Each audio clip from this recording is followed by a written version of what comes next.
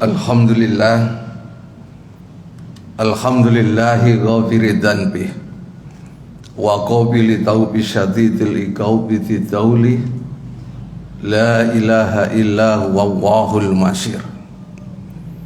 Ahmaduhu subhanahu wa ashkuruhu wa as'aluhu taufiqa li aqwamit thoriq arsalahu bil haqqi basyira wa nadhira baina yaday sya'ah. Man yutillah wa rasulah faqad rasyadah wa may ya'sima fa innahu la yadurru illa nafsahu wa la yadurrullaha syai'ah. Asyhadu an la ilaha illallah wa asyhadu anna Muhammadan abduhu wa rasuluh la nabiyya ba'dah. Allahumma sholli wa sallim ala abdika wa rasulika wa ala alihi wa sahbihi wa mawala amma ba'du. Fa ya ibadallah usikum wa iyaya bitaqwallah faqad fazal muttaqun. Wa qala Allah ta'ala fil Qur'anil Karim, a'udzu billahi minasyaitonir rajim, bismillahirrahmanirrahim. Ya ayyuhalladzina amanu taqullaha haqqa tuqatih wa la tamutunna illa wa antum muslimun. Segala sanjungan, pujian, kenikmatan hanya milik Allah. Karena kasih sayang Allah lah kita bisa hadir di tempat yang mulia ini dalam rangka untuk mensyukuri nikmat Allah dan mengagungkan asma Allah. Jamaah Jumat rahimakumullah, hamba Allah yang berbahagia. Kita awali khutbah Jumat di siang yang berbahagia ini dengan bersama-sama berusaha untuk memperbarui sekaligus meningkatkan iman dan takwa kita ke hadirat Allah Subhanahu wa taala. Takwa dalam arti imtisalul awamir wa ijtinabun nawahi. Kita hadirkan Allah dalam setiap perkataan maupun perbuatan. Kita hadirkan Allah dalam setiap waktu dan keadaan. Dan kita jauhi semua yang dilarang oleh Allah. Inilah hakikat takwa. Dan kalau kita bisa melakukan itu, Allah akan menjamin dalam kehidupan kita.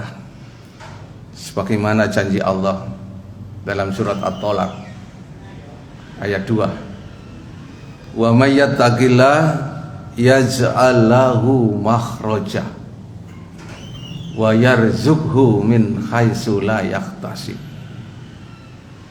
Wa may yattaqillah, ayat selanjutnya Allah juga menjanjikan, wa may yattaqillah yaj'al lahu min amrihi yusra wa may yatawakkal 'ala Allah fa huwa hasbuh.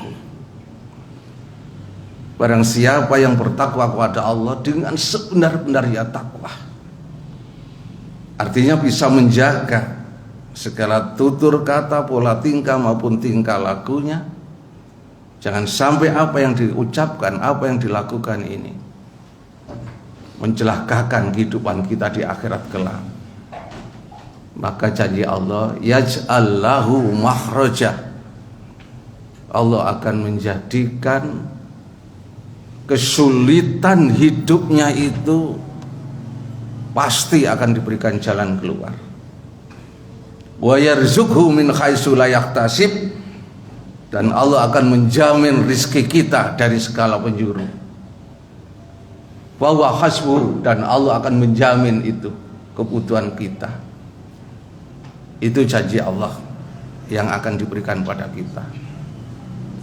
Karena itu mari kita berdoa dan berharap semoga kita yang hadir di tempat ini digolongkan oleh Allah termasuk hamba yang bertakwa. Amin ya rabbal alamin. Jamaah Jumat rahimakumullah, hamba Allah yang berbahagia. Suatu hari Ali bin Abi Thalib radhiyallahu an atau karamallahu wajhah meriwayatkan atau menceritakan dalam sebuah hadis dikatakan an Ali radhiyallahu an Faqala kunna julusan ma'a Rasulullah. Suatu hari saya duduk bersama Rasulullah dan beberapa sahabat yang lain. Fatola alaina, tiba-tiba datang kepada saya rajulun min ahli aliyah. Ada seorang laki-laki datang menemui dari penjuru kota. Tak satu pun tahu siapa dia itu. Faqala, dan bertanya pada Rasulullah, ya Rasulullah, akhbirni bi asyaddi syai'in fi hadzal din wa aliyana. Rasulullah, apa sih yang paling berat dan yang paling ringan dalam agama Islam? Jadi orang itu nggak tahu dari mana datangnya, langsung aja tanya pada Rasulullah. Bahasa kita nggak punya tata krama, tapi karena Rasulullah adalah suri tauladan, uswatun hasanah, maka tidak terbesit pun dalam diri Rasulullah itu merasa dirinya itu dilecehkan. Justru Rasulullah malah menghargai. Dan Rasulullah langsung menjawab. Faqala, Rasulullah menjawab, alyanau asyhadu an la ilaha illallah wa anna muhammadar rasulullah wa asyhadul amanah. Yang paling ringan dalam ajaran Islam itu adalah mengucapkan dua kalimat syahadat, dan yang paling berat adalah menjaga amanah. Innahu la dina liman la amanata lahu wa la sholata lahu wa la zakata lahu. Sesungguhnya tidak sempurna keimanan seseorang kalau tidak bisa menjaga amanah. Bahkan Rasulullah mengatakan tidak ada sholat maupun zakat baginya. Artinya apa? Percuma dia sholat maupun zakat kalau dia tidak bisa menjaga amanah. Berdasarkan hadis ini, hadirin sekalian berbahagia, amalan yang paling ringan itu ternyata mengucapkan dua kalimat syahadat. Dan yang paling berat dalam agama Islam itu apa?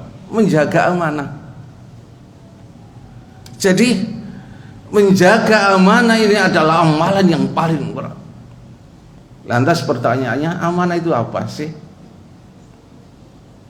Orang mengatakan amanah itu berasal dari kata aman, yaitu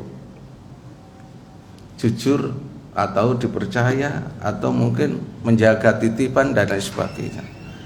Tapi kalau kita mencoba untuk melihat akar katanya, amanah itu ternyata seakar dengan kata iman. Sama, alif, mim, sama nun. Artinya apa? Dipercaya, bisa dipercaya. Karena itu seorang itu dikatakan bisa amanah kalau dia itu beriman. Semakin dia beriman, semakin bisa amanah. Semakin tidak beriman, jangan berharap bisa amanah. Selama ini kita terlalu dibohongi dengan orang-orang yang jelas-jelas mereka itu tidak beriman. Makanya terus saja kita ini akan dibohongi. Karena apa? Mereka jelas tidak amanah. Jangan sampai kita tertipu terus dalam kehidupan ini. Mohon maaf, memilih orang-orang yang tidak beriman. Karena apa? Jelas mereka tidak akan amanah dalam hidupnya. Ini yang harus kita pikirkan. Jadi jangan memberikan amanah kepada orang yang tidak beriman. Karena apa? Semakin dia itu beriman, semakin amanah. Semakin tidak beriman berarti semakin tidak amanah. Oleh karena itu kita harus berhati-hati. Jangan sampai memberikan amanah kepada orang yang tidak beriman. Karena selamanya mereka tidak akan bisa menjaga amanah. Dalam hidup ini kita diberikan oleh Allah banyak amanah. Ada amanah kita terhadap keluarga kita. Dalam surat At-Tahrim ayat 6 Allah mengingatkan, ya ayyuhalladzina amanu qu anfusakum wa ahlikum naro. Kita diberikan oleh amanah oleh Allah untuk menjaga diri kita dan keluarga kita jangan sampai masuk neraka. Pertanyaannya, apa yang sudah kita lakukan untuk menjaga mereka jangan sampai masuk neraka. Ini yang paling penting. Dan dalam ajaran Islam tidak ada satupun ibadah yang tidak memerlukan biaya. Hampir semua ibadah di dalam ajaran Islam ini memerlukan biaya. Dan biaya itu tidak bisa kita dapatkan kecuali kita harus bekerja. Karena itu dalam ajaran Islam bekerja itu adalah ibadah. Dalam kaidah fikih dikatakan malayatimul wajib illa bi fa huwa wajibun. Sesuatu kewajiban tidak bisa dilakukan kecuali melakukan itu, maka sesuatu itu adalah wajib. Kita untuk melakukan ibadah tidak bisa dilakukan kalau tidak memerlukan biaya, dan biaya itu tidak bisa kita dapatkan kecuali kita bekerja, maka bekerja itu adalah wajib. Sehingga dalam ajaran Islam bekerja itu adalah sebuah kewajiban. Wa qul malu fasyarallahu amalakum, dalam surat At-Taubah ayat 105. Dan bekerjalah kamu, nanti Allah akan memberikan. Karena itu hadirin sekalian berbahagia, Allah juga mengingatkan di dalam surat Al-Baqarah ayat 233 kalau nggak salah. Wa alal mauludi lahu rizquhunna wa kiswatuhunna bil ma'ruf. Dan kewajiban setiap kepala rumah tangga itu adalah memberikan sandang pangan terhadap keluarganya dengan cara yang ma'ruf. Salah satu amanah yang diberikan oleh Allah kepada kita adalah bagaimana menyelamatkan anak dan istri kita jangan sampai masuk neraka, kecuali kita harus bisa memberikan kehidupan. Salah satunya adalah bekerja untuk mencari nafkah. Pertanyaan yang harus kita jawab hari ini adalah bagaimana supaya kita bisa mencari nafkah itu bisa berhasil diridhoi oleh Allah. Ini yang paling penting. Adalah seorang syekh yang kita kenal dengan Syekh Abu Laid Samarkindi. Dalam kitab Tanbi'ul Ghafilin pernah menasihatkan pada kita, man arada ayakuna kasbu thayyiban fa alaihi ayaqfata khamsata asya.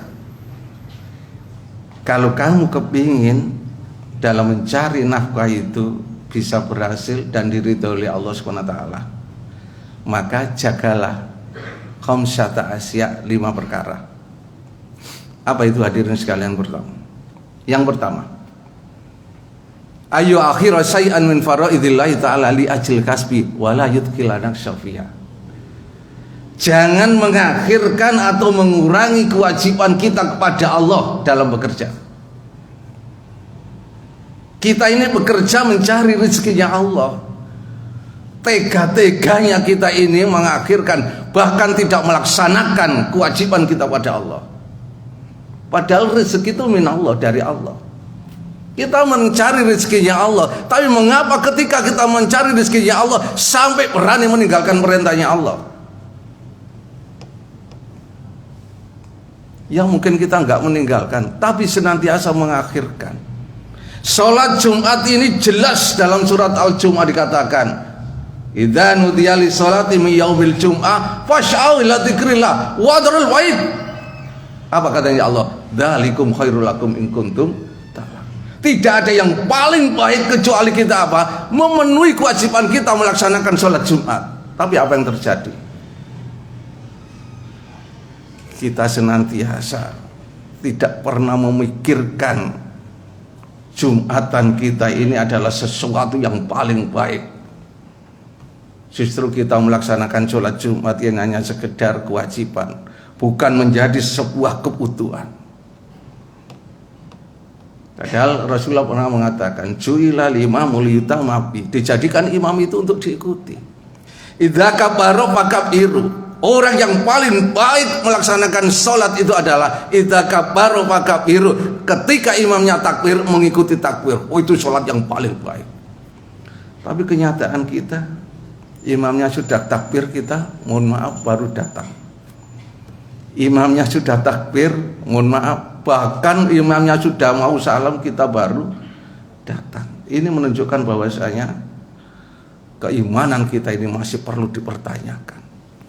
Makanya rezeki kita ini mengapa kok tidak bisa barokah? Karena kita telah seringkali mengurangi bahkan meninggalkan kewajiban kita kepada Allah ketika kita bekerja.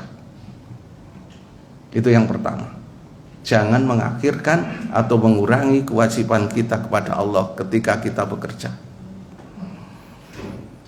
Yang kedua, la yu'ti ahadan min khalqillahi ta'ala li ajlil kasbi.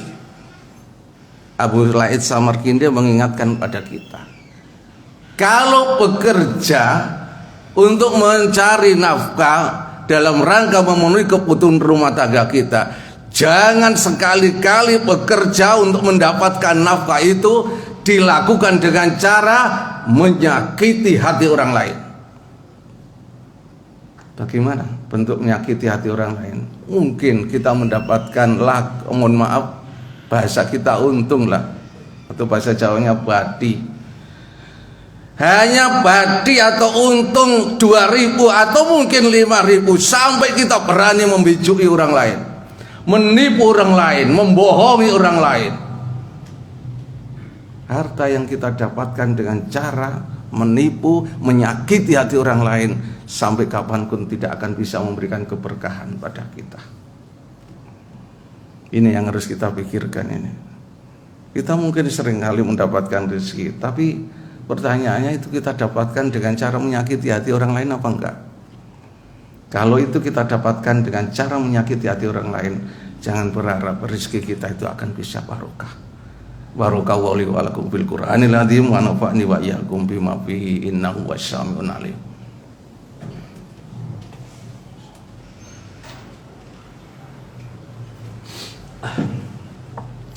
Alhamdulillah alladzi arsala rasulahu bil huda wa dinil haq liyudhhirahu 'ala dini kulli wa kafa billahi syahida.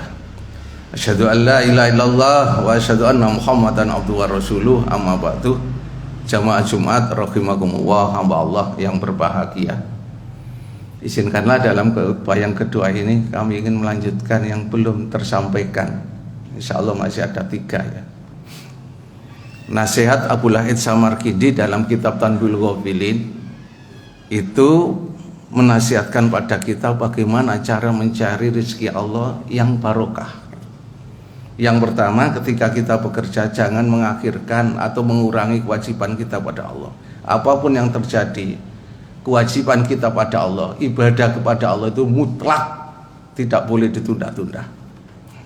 Yang kedua, jangan sampai yang kita lakukan dalam bekerja ini kita dapatkan rezeki itu dengan cara menyakiti atau menipu, bahkan membujuk orang lain. Karena harta yang kita dapatkan dengan cara membuat orang lain sakit hati itu tidak akan bisa memberikan keberkahan. Yang ketiga, ayaksuta bikasbi istifafan linafsihi wala iyalihi wala yaksuta bil jam' awal kasrota. Beliau menasihatkan pada kita, janganlah kita mencari rezeki Allah itu hanya untuk memenuhi kebutuhan keluarga kita saja, tapi ada hak orang lain. Setiap rezeki yang kita terima dari Allah itu ada hak orang lain yang harus kita berikan. 2,5% daripada keuntungan kita itu harus kita keluarkan. 1 juta rupiah keuntungan kita hari ini, 25.000 rupiah harus kita keluarkan. 100.000 keuntungan kita hari ini, 2.500 harus kita keluarkan. Karena apa? Dalam rangka untuk mensucikan dan memberikan keberkahan terhadap rezeki yang kita dapatkan. Mengapa sih rezeki kita ini tidak bisa memberikan keberkahan? Mungkin rezeki yang kita dapatkan itu hanya untuk kebutuhan diri kita dan keluarga, tapi tidak pernah memikirkan kebutuhan orang lain. Oleh karena itu, kalau kepingin rezeki kita ini barokah, di dalam Al-Quran Allah mengatakan dalam surat As-Saba ayat 39, wa ma anfaqtu min syai'in fa huwa yukhlifu wa huwa khairur raziqin. Dan harta benda yang kamu infakkan itu Allah akan menggantinya, dan akan diganti oleh Allah wa huwa khairur raziqin, dengan ganti yang terbaik. Ini yang barangkali belum kita pikirkan. Jadi Harta benda yang kita dapatkan itu ada hak orang lain yang harus kita berikan. Jangan sampai itu hanya untuk kepentingan diri dan keluarga kita saja, tapi berikanlah hak itu pada orang lain. Man naqasat min malin sadaqah. Tidak akan mungkin harta kita yang kita infakkan itu akan berkurang. Justru Allah akan memberikan tambahan dengan berlipat ganda.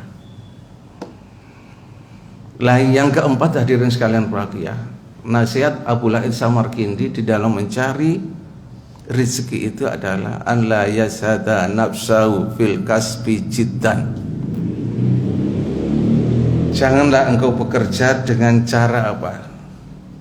An la yasadu nafsahu fil kasbi jiddan, terlalu menggebu-gebu, tidak pernah memikirkan waktu.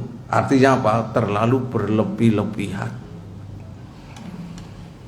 Semakin kita bekerja dengan cara tidak mengenal waktu, maka semakin banyak waktu-waktu yang seharusnya kita gunakan untuk kepentingan Allah kita tinggalkan. Ada teori dalam ilmu sosial itu dikatakan, ketika seseorang itu cenderung menyenangi sesuatu, maka dia juga akan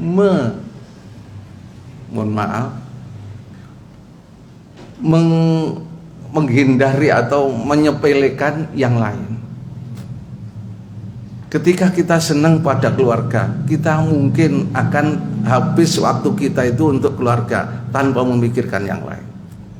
Kita senang ciptaan Allah, katakanlah burung, maka kesenangan kita kepada burung itu akan mengalahkan kesenangan kita kepada yang lain. Termasuk ketika kita bekerja yang terlalu berlebihan, biasanya akan melupakan yang lain. Karena itu Allah tegas mengatakan, alhaakumut takatsur hatta zurtumul maqabir. Ketika kamu terlalu berlebihan dalam segala sesuatu, maka biasanya akan melalaikan Allah. Hatta zurtumul maqabir, dan tidak akan berhenti kecuali engkau masuk dalam liang kubur. Bahkan tegas juga Allah menyatakan di dalam surat Al-Munafikun, kalau nggak salah itu ayat 10. Ya ayyuhalladzina amanu la tulhikum amwalukum wala auladukum an dzikrillah. Apa katanya Allah? Wa may yaf'al dzalika fa ulaika humul khasirun. Jangan sampai gara-gara urusan pekerjaanmu, urusan anak istrimu, sampai melalaikan kewajibanmu pada Allah. Apa katanya Allah? Wa may yaf'al dzalika. Kalau itu kamu lakukan, fa ulaika humul khasirun, pasti akan rugi hidupmu baik di dunia maupun di akhirat. Karena itu silakan bekerja, tapi harus mengenal waktu. Jangan sampai kita bekerja tidak mengenal waktu, sehingga seringkali kita ini bukan menunggu waktu sholat, justru kita ditunggu waktu sholat. Padahal hakikat kehidupan ini cuma dua. Kita hidup ini cuma menunggu waktu sholat dan menunggu waktu untuk disolati. Lah bekerja itu sampingan, itu selingan. Mumpung masih ada waktu untuk menunggu waktu sholat, silakan bekerja. Jangan sampai pekerjaan kita itu mengalahkan waktu sholat kita. Sudah jelas ini sudah jam 11, sebentar lagi setengah 12 waktunya sholat Jumat. Harus kita akhiri, karena apa? Kita menunggu waktu ini. Mengapa kita gak berani, padahal kita itu mencari rezekinya Allah? Ini yang perlu untuk kita pikirkan. Makanya Abu Laid Samarkindi luar biasa. An la yajhada nafsahu bil kasbi siddan. Jangan terlalu berlebihan. Karena apa? Itu nanti akan mencelakakan dirimu sendiri. Yang terakhir, hadirin sekalian berbahagia, beliau menasihatkan alla yara rizqa minallahi ta'ala wal kasbi sababa. Ketahuilah bahwasanya rizki yang kamu dapatkan hari ini dan hari-hari sebelumnya itu adalah minallah, dari Allah semata. Dan yang kamu lakukan itu cuma sebab, cuma usaha, cuma perantara. Allahu lamani alima atoita walamuti alima manata. Kalau Allah belum memberikan, jangan berharap Allah akan memberikan itu. Tapi kalau Allah sudah memberikan, gak ada satupun yang bisa menghalangi. Karena itu ingatlah bahwasanya rezeki yang kita dapatkan itu adalah pemberian Allah semata. Jangan katakan kau karena usaha saya, karena kehebatan saya. Tidak.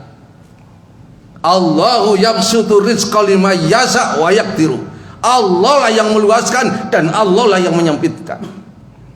Berapa banyak orang-orang yang ketika rezekinya itu sudah hampir di tangan, tapi apa yang terjadi? Bel berbunyi, mohon maaf, transaksi gagal. Apa yang terjadi? Kita sadar, rizqu min Allah. Rizki ternyata memang berasal dari Allah.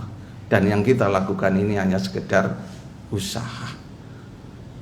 Oleh karena itu hadirin sekalian bahagia, 5 hal ini harus kita ingat di dalam mencari rezeki Allah. Yang pertama, jangan sampai mengakhirkan kewajiban kita pada Allah. Yang kedua, jangan sampai menyakiti hati orang lain. Yang ketiga, ingatlah rezeki yang kita dapatkan ada hak orang lain yang harus kita berikan. Dan yang keempat, jangan terlalu berlebih-lebihan di dalam bekerja. Ada waktu-waktu yang harus kita pikirkan dan harus kita penuhi waktu-waktu itu. Dan yang terakhir, ketahuilah rezeki yang kita dapatkan itu adalah pemberian Allah semata. Kalau Allah belum memberikan, gak usah khawatir.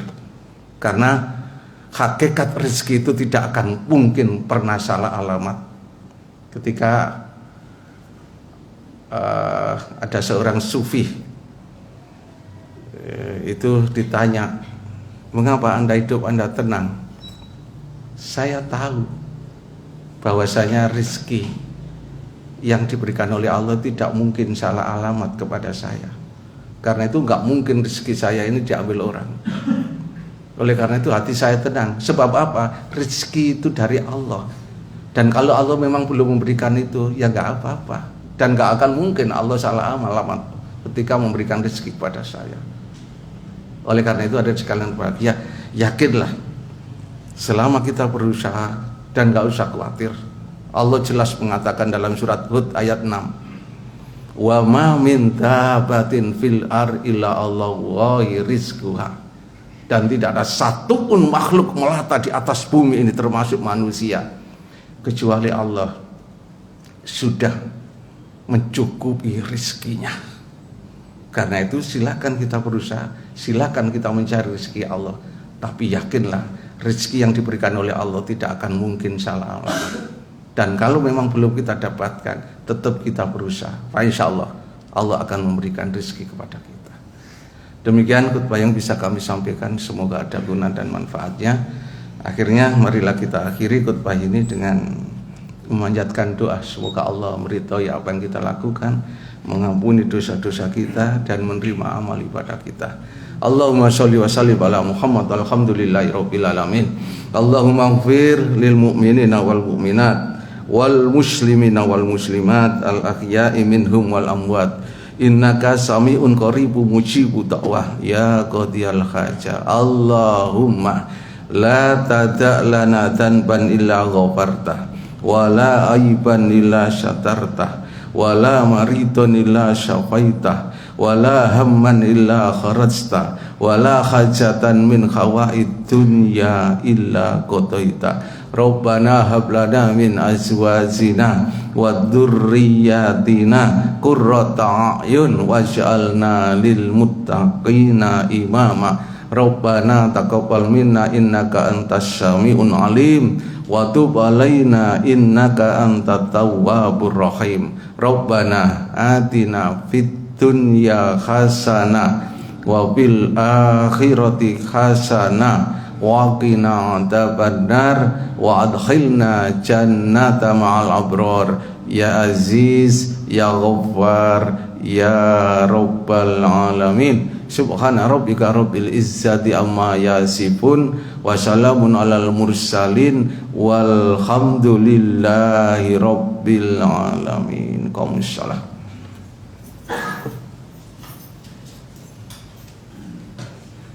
Allahu Akbar, Allahu Akbar. Asyhadu an la ilaha illallah. Asyhadu anna Muhammadar Rasulullah. Hayya 'alas shalah, hayya 'alal falah. Qad qamatis shalah, qad qamatis shalah. Allahu Akbar, Allahu Akbar. La ilaha illallah.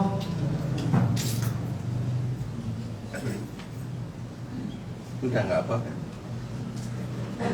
Sawu sufufakum.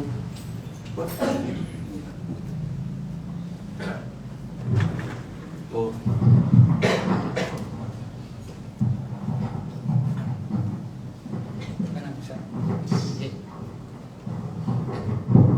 Sawu sufufakum. Allah dapatkan semua.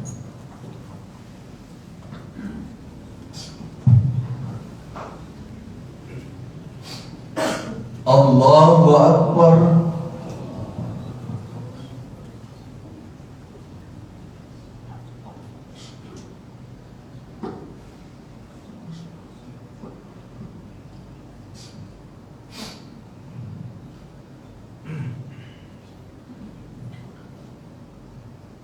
Alhamdulillahi Rabbil Alamin Ar-Rahmanir Rahim Maliki Yawmiddin Iyyaka na'budu wa iyyaka nasta'in Ihdinas siratal mustaqim Siratal ladzina an'amta 'alaihim ghairil maghdubi 'alaihim waladdallin.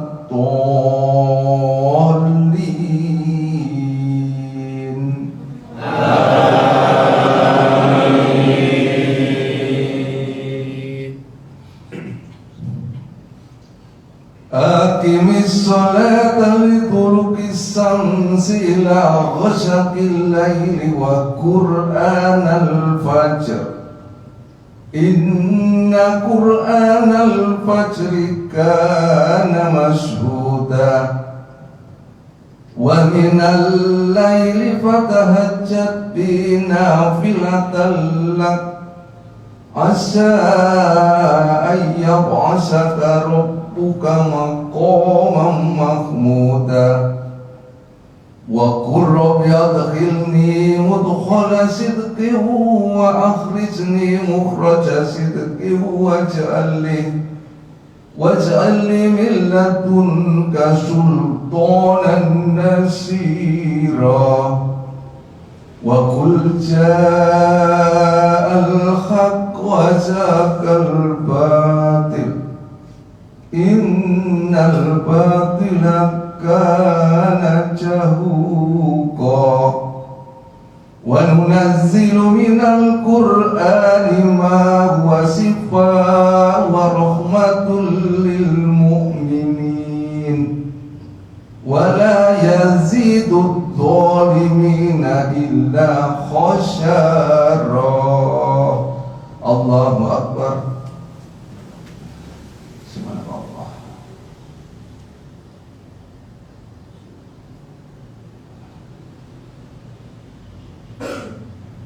Sami Allah liman hamidah. Allahu Akbar.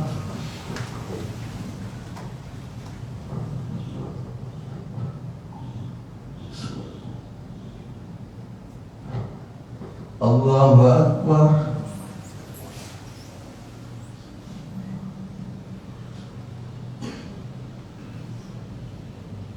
Allahu Akbar.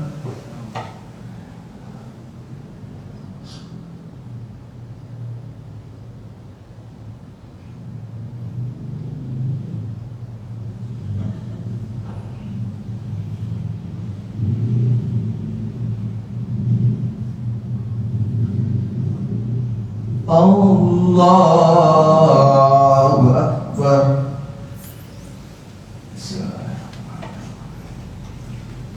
Alhamdulillahi Rabbil Alamin Ar-Rahmanir Rahim Maliki Yawmiddin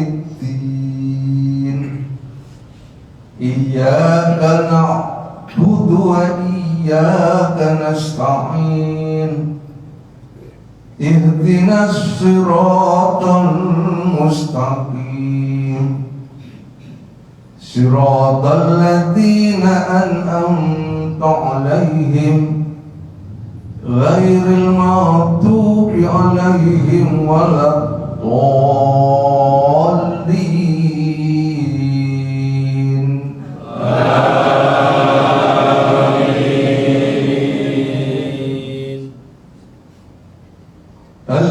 Alhaakumut takatsur hatta zurtumul maqabir.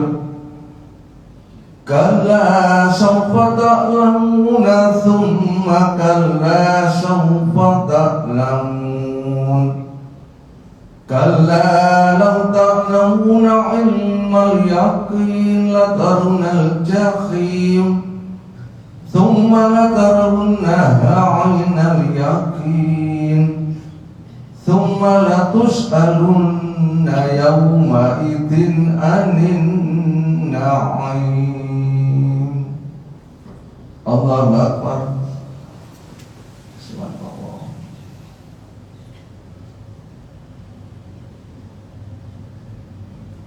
Sami Allah liman hamidah.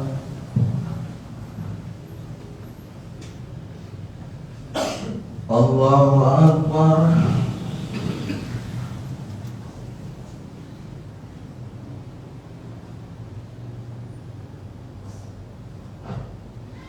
Allahu Akbar.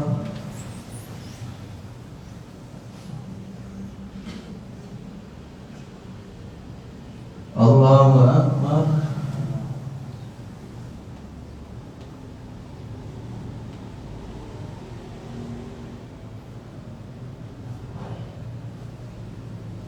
Allahu Akbar.